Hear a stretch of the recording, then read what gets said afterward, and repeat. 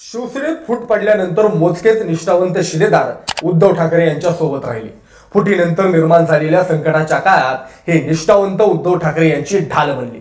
पक्षाचं नाव हातून गेलं, पक्षाचं चिन्हही गेलं। अशाही परिस्थितीत हे निष्ठावंत आणि बाळासाहेब ठाकरे यांच्यावर प्रेम करणाऱ्या लोकांमुळे या लोकसभा निवडणुकीत ठाकरे गटाला मोठं यश मिळालं। या लढाईत आपली कायम पाठराखण करणारे 3 ज्येष्ठ शिलेदार मात्र विजयी होऊ शकले नाहीत याची खंत उद्धव ठाकरे यांना आणि शिवसेनेवरती प्रेम करणाऱ्या सर्वांना नक्कीच असणार आहे। चंद्रकांत खैरे वय वर्ष 72, अनंत गीते वय वर्ष 73 आणि विनायक राऊत वय वर्ष 70 या तिघांचा पराभव झाला। या वयातही त्यांनी उद्धव ठाकरे यांना बळ देण्यासाठी जीवाचं रान केलं। पक्षाचं नाव, पक्षाचं चिन्ह हातून निसटलेलं असतानाही या तिघांनी माघार घेतली नाही। चंद्रकांत खैरे हे छत्रपती संभाजीनगर मधून, अनंत गीते रायगड मधून, तर विनायक राऊत सिंधुदुर्ग रत्नागिरी मतदारसंघातून निवडणुकीच्या रिंगणात उतरले होते। या तिघांच्याही समोर सर्वार्थानं तुल्यबळ उमेदवार होते, तरीही ते डगमगले नाहीत। निकाल काय लागेल याचा विचार केला नाही। संकटाच्या काळात उद्धव ठाकरे यांच्या पाठीमागे खंबीरपणे उभं राहायचं एवढंच त्यांना माहित होतं। अन्यथा अशा बिकट परिस्थितीत अन्य कोणी असतं तर त्यांनी निवडणूक लढवण्यासही नकार दिला असता। 2019च्या निवडणुकीत मतांच्या विभाजनीमुळे चंद्रकांत खैरे यांचा निसटता पराभव झाला होता।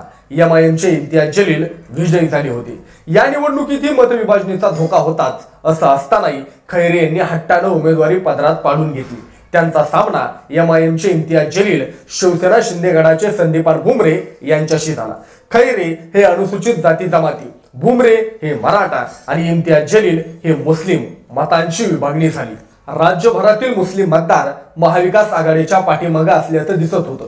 छत्रपती संभाजीनगरमध्ये मात्र परिस्थिती वेगळी होती। इम्तियाज जलील यांच्या रूपाने त्यांना तिथे कदाचित पर्याय उपलब्ध होता आणि तेथेच खैरींची गणितं चुकली।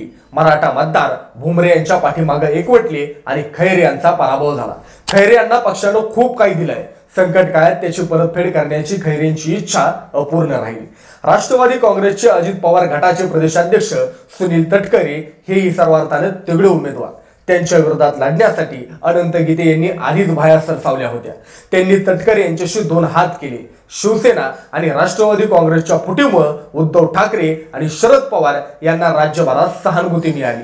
ती रायगडमध्येही मिळेल। गीते यांचा जनसंपर्काचा त्यांना फायदा होईल असं वाटत होतं, पण तसं झालं नाही।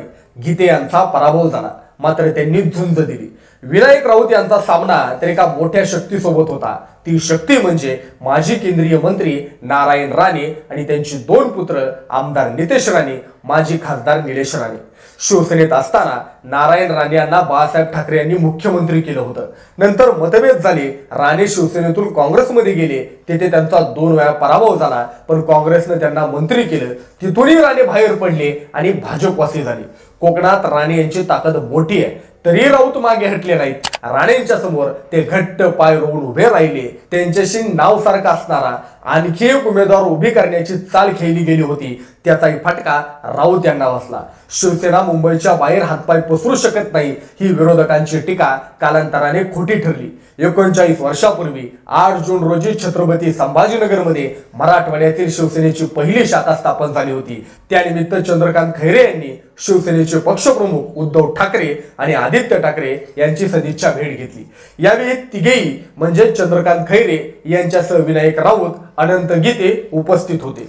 हा मोठा भावनिक प्रसंग होता।